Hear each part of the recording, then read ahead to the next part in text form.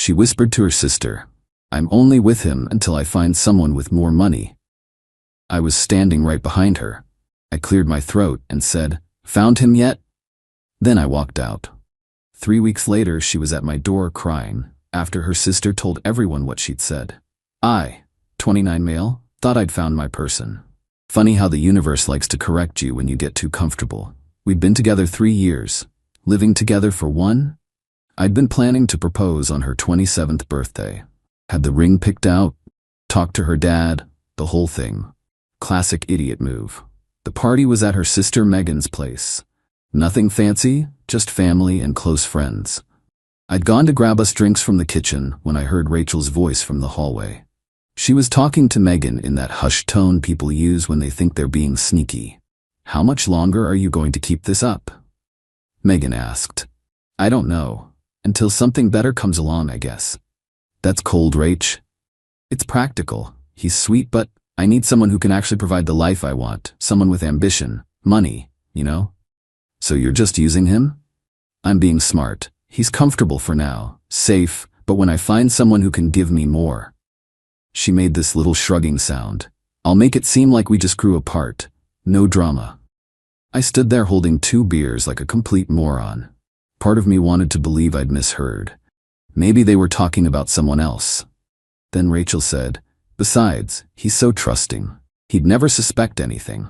I could probably string him along for another year or 2 if I needed to." That's when I cleared my throat. The silence was beautiful. I stepped into view, made eye contact with Rachel. Her face went from smug to shocked to this weird attempt at innocent confusion, and said, "Found him yet?" Then I set the beers on the hall table and walked out. She called after me, tried to grab my arm. I kept walking, got in my car, and drove home. The 15-minute drive felt like hours. My phone started blowing up before I even made it to our apartment. Rachel, Megan, their mom. I turned it off. Here's the thing about shared apartments. When you're the only one on the lease because your girlfriend had credit issues, you have options. I started packing her stuff that night. Neat, organized, all her clothes folded properly, jewelry in the box I'd bought her last Christmas, everything labeled. She showed up 2 hours later with her spare key. "David, please, you don't understand." "I understand perfectly. I was joking. Megan and I always joke around like that. You know how we are." "No, actually, I don't think I do." She tried tears. When that didn't work, she tried anger. Called me dramatic, oversensitive, said I was throwing away 3 years over a misunderstanding. When I kept packing, she switched to bargaining. "Where am I supposed to go?" "Megan has a couch. You can't just kick me out. I live here." "Your name's not on the lease. You're a guest who's overstayed her welcome." "That's not fair. I've been paying. You've been giving me $200 a month toward a $1,800 rent because you were saving money. Was that part of the plan too? Save up while you looked for your upgrade?" She went quiet at that. Got this calculating look, like she was running through her options. "Fine," she said finally. "But I'm taking my time. You can't just throw me out tonight. Your stuff will be in the lobby by morning. Megan can help you move. You're being cruel." "No, I'm being practical. Isn't that what you called it?" She slammed the door when she left. I changed the locks the next morning. Update 1. Things got worse before they got weird. So that was 3 weeks ago. I thought it would end there. Clean break, move on. I'm an idiot. First week was predictable. Rachel tried everything. Showed up at my building until the doorman started recognizing her. Sent long texts about how I misunderstood and took things out of context. Created new social media accounts when I blocked her. Standard stuff. But then Megan did something I didn't expect. She posted everything on Facebook. Not subtly either. Full scorched earth. It turned out Rachel, in her arrogance, had actually shown Megan parts of her scheme over the months, laughing it off as a game. She'd shown her the dating app profiles she kept active, bragging about the guys she was talking to. And the spreadsheet, Megan knew about it because Rachel had it open on her laptop once and tried to pass it off as a joke between her and her coworkers. Megan had felt guilty for months, and my walking out was the final straw. The post she made spread like wildfire through our social circle. She tagged everyone she could think of, our parents, cousins, mutual friends, even a few of Rachel's coworkers she was friends with online. The caption was brutal. When you find out your sister is a gold digger who's been playing a good man for 3 years. I'm posting this because I'm done with the lies. David, I'm sorry I knew and didn't say anything. I thought she'd change. My phone exploded. Friends I hadn't heard from in months were sending me screenshots, offering condolences and asking to buy me drinks. Rachel's mom called me crying, apologizing, saying she raised her better than this. But here's where it gets interesting. Rachel didn't just lose me. The dominoes started falling fast. Her backup plans saw the post. 2 guys she'd been stringing along messaged me directly. One had been buying her expensive gifts, thinking they were getting serious. The other thought he was her only boyfriend. Apparently, I was the side piece in his version of reality. We compared notes. The lies were extensive. Different jobs, different backstories, different relationship statuses, depending on who she was talking to. She'd told one guy she was a law student, told another she was starting her own business. Meanwhile, she was working part-time at a boutique and living in my apartment. Then her job found out. Someone, I suspect Megan, sent the actual spreadsheet file, not just a screenshot of the post, to her manager. Turns out, using the company laptop to manage your roster of potential partners is a fireable offense. It wasn't just a social media post. It was proof of misusing company property. She was gone by the end of the 2nd week. That's when she started getting desperate. The angry texts turned panicked. Please don't do this. I have nowhere to go. I'm sorry, I'll do anything. Her dad laid down the law. She was on her own until she learned the value of honesty and hard work. Her friends were keeping their distance. The few who initially defended her with, "Maybe you're overreacting," quickly backed off when the guys she'd been lying to started commenting on Megan's post. By week 3, she was couch surfing. Megan had let her stay for 2 days before they had a blowout fight about Rachel ruining her life, and Megan kicked her out. The other sister, Lisa, took her in, but that lasted less than 48 hours before Rachel's entitlement and refusal to take responsibility drove her crazy. The friend circle was depleted. Turns out when people realize you've been lying to everyone, they stop offering their couches. Which brings us to this morning. 3 weeks after I walked out of that party, I found her sitting outside my apartment building at 6 a.m. Not the put-together Rachel I'd known. This was defeated Rachel. Messy hair, same clothes I'd seen her in on Megan's Instagram story 2 days ago, makeup that had seen better days. "I have nowhere else to go," she said when I walked out for my morning run. "That sounds like a you problem." "David, please. I'm sorry, I was wrong. I was stupid and selfish and you're only sorry because you got caught and lost everything." "That's not true." "Really? So if Megan hadn't posted everything, if you still had your job and your other guys and your family's support, you'd still be here apologizing?" She couldn't look at me. I know I messed up, but 3 years, David, doesn't that mean anything? It meant something to me. Apparently to you, it meant free rent and a safety net. Where am I supposed to go? I don't know, Rachel. Maybe check your spreadsheet. See if any of those marriage potential guys have room. Cold? Maybe. But I was tired. Tired of her, tired of the drama, tired of feeling like the idiot who didn't see it coming. "They all blocked me," she said quietly. "Shocking. My parents won't talk to me. I lost my job. My sisters think I'm toxic. My friends." She started crying. Not the manipulative tears from 3 weeks ago. These seemed real. "I fucked up everything." "Yes, you did. Can we just talk, please? Just 5 minutes?"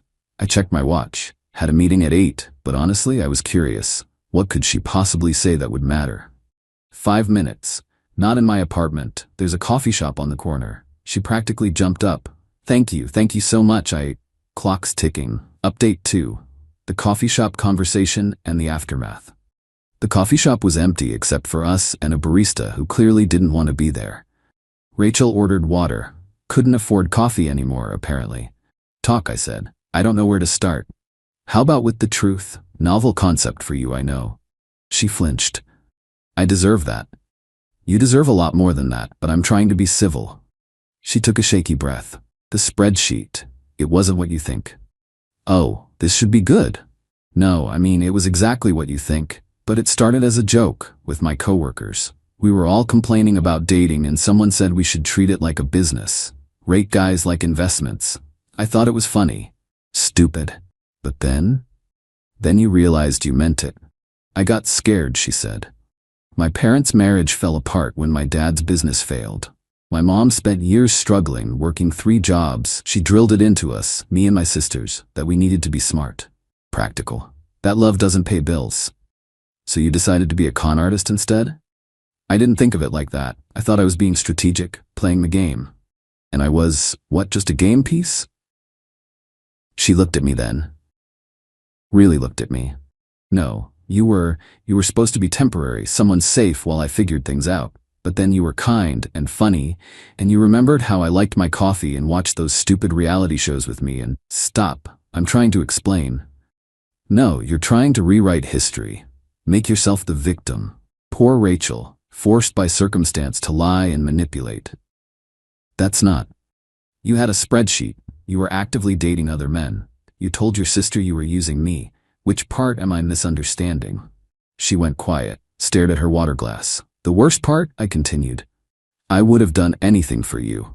If you'd been honest about wanting financial stability, we could have talked about it, made plans together, but you didn't want a partner. You wanted a stepping stone.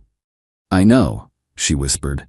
Do you? Because sitting here crying about consequences isn't the same as understanding what you did wrong. Then tell me, she burst out. Tell me how to fix this. You can't. There has to be something.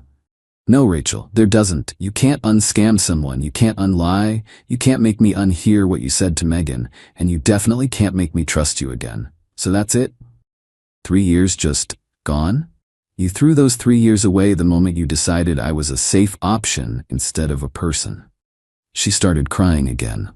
Ugly crying. The barista looked uncomfortable. Where am I supposed to go? She asked between sobs. I don't know. And honestly, not my problem anymore. How can you be so cold? I laughed. Actually laughed. Cold? I'm cold? You had a spreadsheet ranking human beings by their financial potential. You were lying to multiple people, playing with their emotions for personal gain. But I'm cold because I won't let you move back in? I have nothing, David. Nothing. You have exactly what you earned. I stood up. 5 minutes were more than up. Wait, she grabbed my wrist. I'm staying at the women's shelter on Madison, if you change your mind, or if you just want to talk. I won't. I really did love you, she said. In my own messed up way I did. No, Rachel, you loved what I did for you. There's a difference. I left her there. Walked out feeling nothing, not satisfied, not vindicated, just empty. The text started again that afternoon. Not from her. She didn't have a phone anymore. From Megan. She's at a shelter. I know. This is getting out of hand. You're the one who posted everything. I was angry. She hurt you, but she's still my sister. Then help her. I tried. She's too proud to come home and follow my parents' rules. Still not my problem. You could at least. I blocked her too. Then Lisa. Then their mom. Then anyone else who thought I should be the solution to Rachel's self-inflicted problems. But the universe wasn't done with the plot twists. Remember those other guys Rachel was playing? One of them reached out again. Marcus, the one who thought he was her only boyfriend. Successful investment banker, drove a Tesla, lived in a penthouse, basically everything on Rachel's wish list. He found me through a mutual acquaintance we discovered we had, a side effect of the public Facebook drama. Can we meet? He asked. I have a proposition. Against my better judgment, I agreed. Update 3. The proposition and how it all ended. Marcus looked exactly like the kind of guy Rachel would put at the top of her spreadsheet. Expensive suit, perfect hair, Rolex that cost more than my car. We met at his office, corner view, assistant who offered me sparkling water, the whole 9 yards. Thanks for coming, he said. I know this is weird. That's an understatement. I wanted to apologize. When I thought I was her boyfriend, I wasn't respectful of your relationship. I thought you were the other guy. We were both the other guy. She played us both. Yeah. He rubbed his face. Look, I'll cut to the chase. I'm an idiot with money and a vindictive streak. I want to offer her a job. What? Hear me out. My company needs a receptionist. Basic work, decent pay, enough for her to get back on her feet. Why would you help her? I'm not. See, she'd be working directly under my assistant, Patricia. Pat 62, takes no shit and has a memory like a steel trap. Rachel would be on a strict probationary contract. One lie, one manipulation, one attempt to use company resources for personal gain, and she's gone. No references, no unemployment. Nothing. That's a social experiment?